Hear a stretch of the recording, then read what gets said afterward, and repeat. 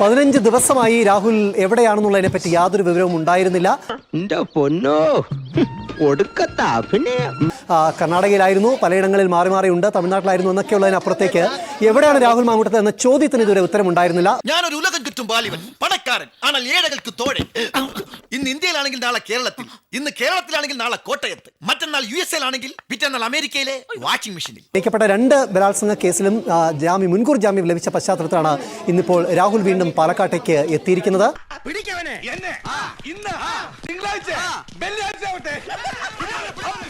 രാഹുൽ മാങ്കൂട്ടത്തിൽ എത്തിയിരിക്കുന്നു എന്നുള്ളതാണ്. പാലക്കാട് വോട്ട് ചെയ്യുന്നതിന് വേണ്ടി രാഹുൽ മാങ്കൂട്ടത്തിൽ എത്തുന്നതിന്റെ ദൃശ്യങ്ങളാണ് കാണുന്നത്.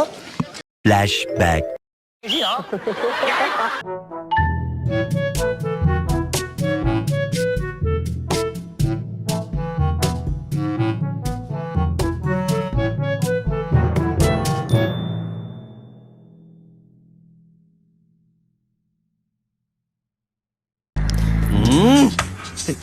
എന്നാ സാറേ, ഒരു നല്ല ഡയലോഗ് പറയാൻ വന്നതാ, മറന്നുപോയി.